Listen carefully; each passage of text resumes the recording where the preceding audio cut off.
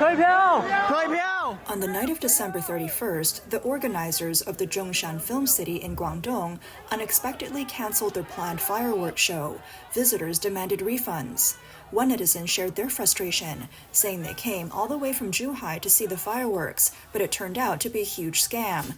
They were stuck in traffic, waited in line for over an hour, and when they finally got in, they were told the fireworks were canceled. Many of the promised attractions were missing, and the venue, which had let in over 30,000 people, sold tickets for just 38 yuan. The total earnings that night were over 1 million yuan, but it felt like a scam. Another netizen described being misled by a live stream that promised fireworks. They set off for Zhongshan at 6 p.m., got stuck in traffic for an hour, waited in line for another hour, and when they finally got inside, the host announced, "If you're here for fireworks, you can leave. They've been canceled." At midnight, while the host counted down, the crowd shouted, "Refund." On the same day, multiple shopping districts in Nanjing, Jiangsu, suddenly announced that there would be no New Year's Eve events and banned balloons and sky lanterns. In one video, a man who had bought a large number of balloons to sell for New Year's Eve, his entire stock unsellable due to the sudden announcement. Some netizens commented, "There won't be any Spring Festival gatherings either," while others shared experiences of hearing policemen popping balloons. One user jokingly said, "The smart college students are all selling balloons, but the bad news is that there are too many of them everywhere." In Nanjing, police were seen maintaining order near the Sun Yat-sen statue, preventing vehicles and pedestrians from staying around the area. Armed police stood guard in the Xinjieko shopping district. Sun Yat-sen is revered as the father of the nation in China. His 3 principles of the people aim to establish a republic based on democracy, freedom, and equality.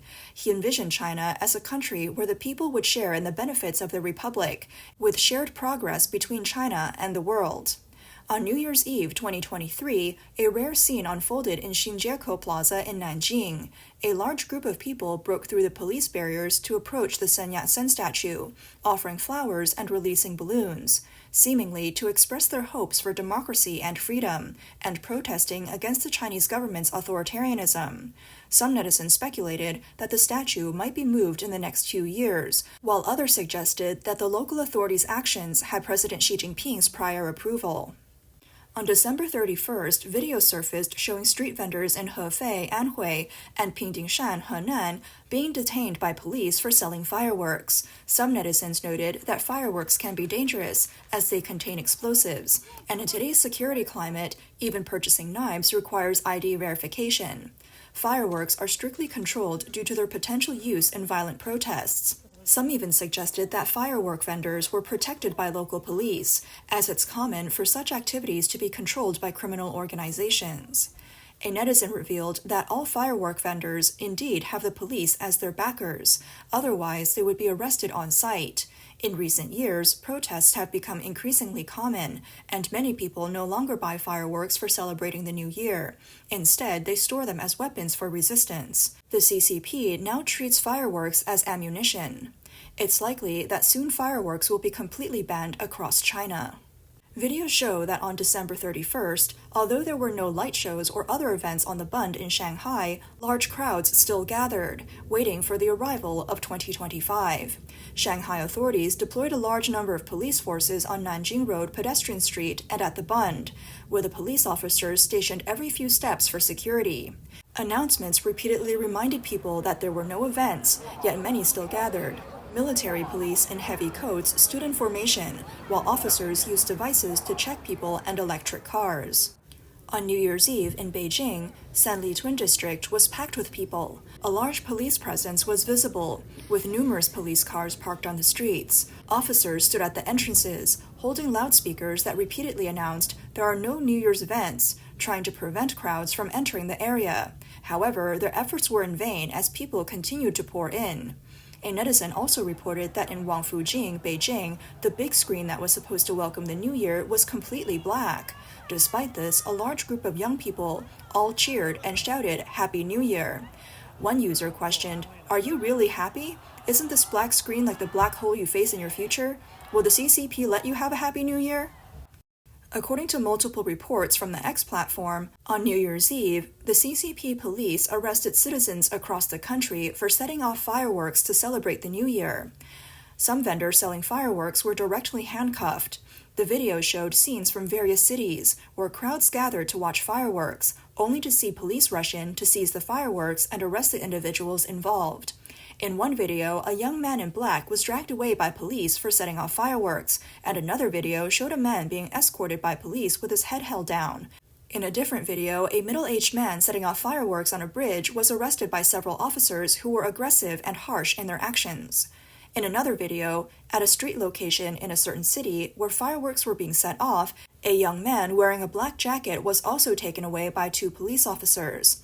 Another scene shows a busy street with shops on both sides and many pedestrians on the sidewalk. Several police officers appear, and two young men setting off fireworks on the street are arrested in front of a crowd.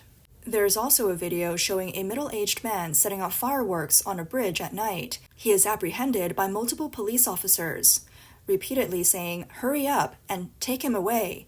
Not far from the bridge, a woman is also enthusiastically setting off fireworks, and a police officer rushes over to stop her. On the last day of 2024, reports from across China reveal the cancellation of New Year's events, a strict crackdown on fireworks displays and balloons, and even widespread arrests of ordinary people setting off small fireworks. This reflects several key messages about the current state of Chinese society.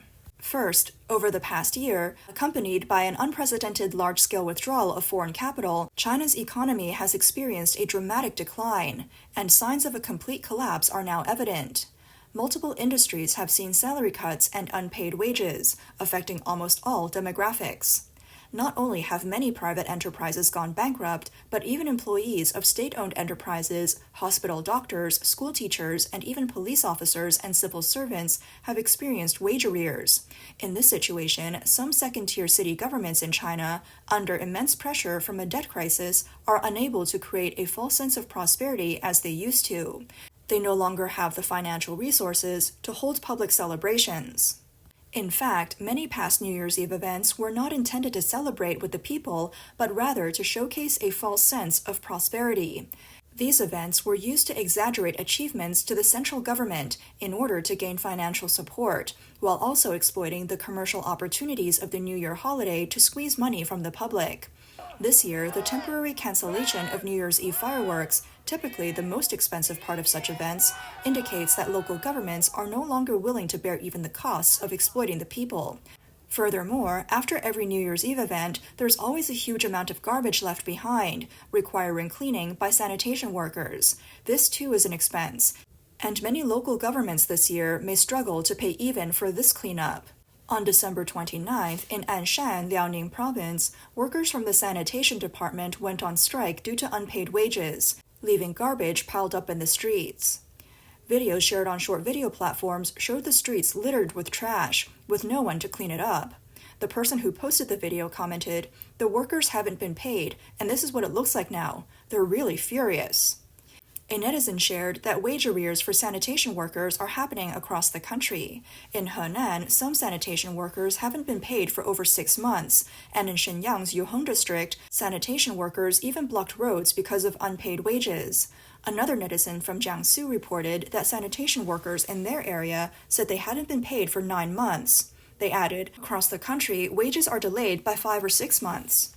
Criticism from netizens was harsh, with some pointing out, some sanitation workers earn only 1,500 yuan a month without insurance. They can't even pay that? And sanitation workers earn hard-earned money, and it's not much, around 2,000 yuan a month. With months of unpaid wages, it's outrageous. One netizen pondered the situation on the first day of 2025.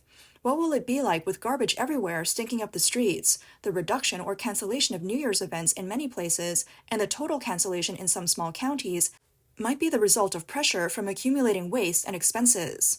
In summary, the reason for the shrinking or cancellation of New Year's events is clear. There's no money left. Additionally, the growing tensions in China have reached a breaking point. The people's anger could be triggered at any moment, and the CCP fears that large public gatherings could lead to mass expressions of dissatisfaction.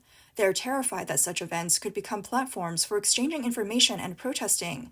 One ongoing incident, the case of Jiangxi woman Lee Yixue, is one of the CCP's biggest fears, and something they wish people wouldn't discuss. The Lee Yixue case dates back to April 2022, when she reported being sexually assaulted by a police officer. Instead of receiving justice, she was sent to a psychiatric hospital in Jiangxi for 56 days. There, she witnessed the facility's dark practices and suffered from severe mistreatment. On December 28th, former Chinese media personality Zhao Lanjian released a video from Jiangxi. There, a netizen wearing a portrait of Xi Jinping around his neck used a loudspeaker calling for justice for Lee Yixue. Zhao Lanjian stated that the deterioration of Lee Yixue's case shows that the CCP government is committing crimes against humanity. In the video, the man with the loudspeaker said, "The police say you are disturbing social order and are throwing all kinds of laws at you. I feel like you, the CCP, and the police are embarrassing President Xi Jinping." Another video showed the young man being taken away by multiple police officers. Netizens were quick to comment, "It looks like this person will soon disappear. If China had laws, there wouldn't be so many people sent to psychiatric hospitals." Others noted, "Finally, someone has gotten to the core issue. With this photo, the police will panic." And, "Congratulations to this brave soul for understanding the core idea of carrying the red flag to oppose the red flag." Another netizen commented, "This scene on the streets of Nanchang has become a symbol of absurd China. Even ordinary people holding up Xi Jinping's portrait and speaking the truth are arrested by the police. The consequences suffered by people of conscience prove that this system only tolerates lies, not human hearts." On December 27, 2024, a blogger streamed live from Nanchang's Bayi Square, where viewers flooded the chats with messages of support for Lee Yixue, repeatedly typing, "Free her, free her." After Lee Yixue was released, she sued the psychiatric hospital in Jiangxi province and shared her experiences online, but she faced continuous suppression. On December 22, 2023, the Nanchang authorities released a statement claiming that Beijing's Anding Hospital diagnosed Lee Yixue with obsessive-compulsive disorder and personality disorder, and that they were once again sending her for treatment according to their regulations. This action by the Chinese government enraged the public. Lee Yixue's grandfather, who raised her, issued a statement to the court angrily denying the diagnosis, declaring, "My granddaughter is definitely not mentally ill." Many other Chinese citizens also expressed their support for Lee Yixue, using various forms to voice their opposition to the CCP and demand justice. On December 25th, the China Citizens' Rights Protection Union, a grassroots organization, issued a statement on Facebook calling for the immediate release of Lee Yixue, who had been forcibly confined to a psychiatric hospital. The statement emphasized that forced psychiatric hospitalization is notorious in China and must be banned. It referred to the country's psychiatric hospitals as the second prisons of the current regime and urged the closure of these mental prisons.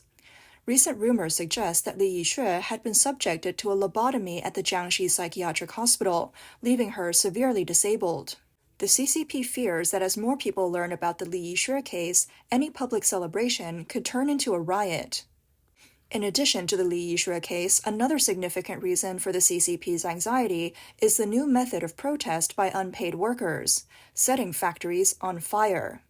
This extreme, all-or-nothing way of demanding unpaid wages has spread across China, especially during the end-of-the-year period, when many factory owners flee. The growing number of factories set ablaze has triggered severe fire phobia within the CCP.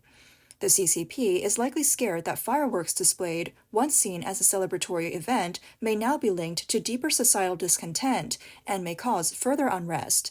Lastly, the recent actions of the CCP government are increasingly making it seem like the regime is in a state of confusion and panic, entering its last throes of panic. For instance, the CCP has aggressively resisted Western culture, banning Halloween and Christmas celebrations. But at the same time, in an attempt to ease the looming pressure of high tariffs, it has begun mandating Christmas celebrations in certain areas. This sudden shift shows the CCP's contradictory and schizophrenic policies. Previously, we reported on the CCP's anti-English policies. In 2021, the government implemented the double reduction policy to cut back on English education, and the same year, Shanghai banned English exams for primary school students. The Xi Jinping Thought for Students textbook was made mandatory, and popular language learning app Duolingo was removed from app stores in China.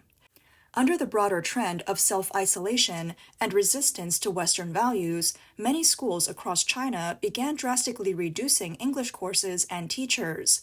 Last year, Xi'an Jiaotong University announced that it would no longer require university-level English proficiency exams for graduation, sparking discussions about China's move to decouple from the West. However, as the U.S. faces a change in leadership, the CCP's mouthpiece media suddenly shifted its stance.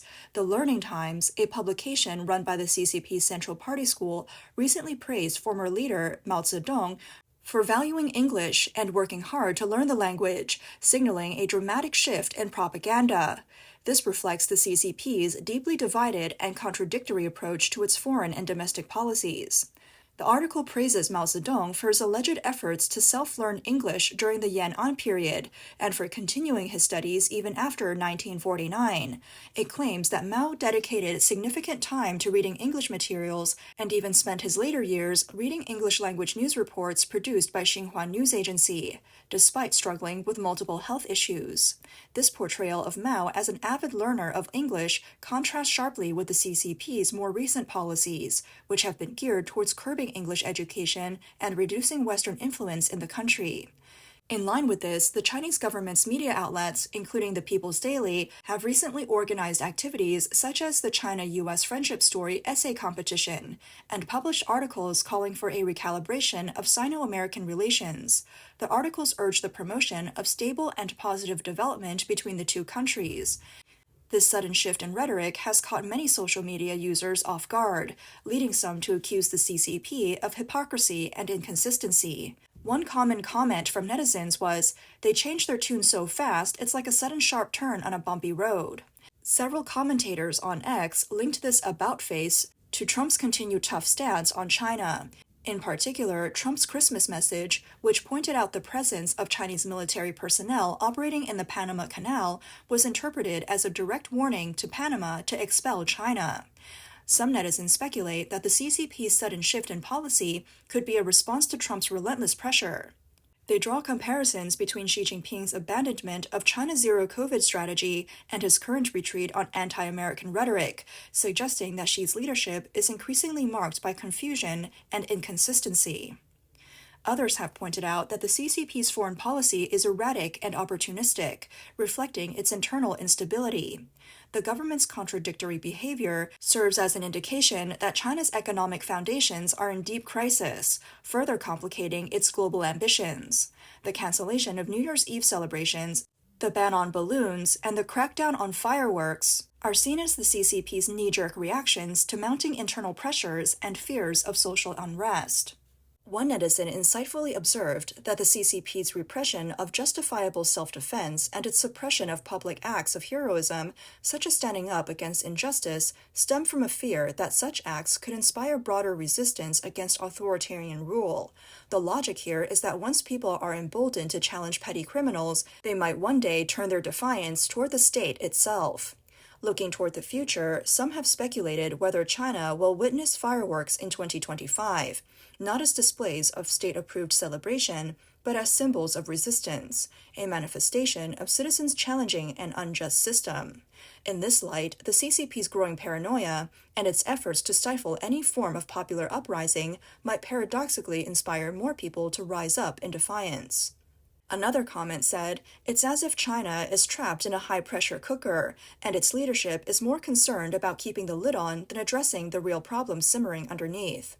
Whether this will result in a full-blown rebellion remains uncertain, but the undercurrents of discontent seem to be rising steadily.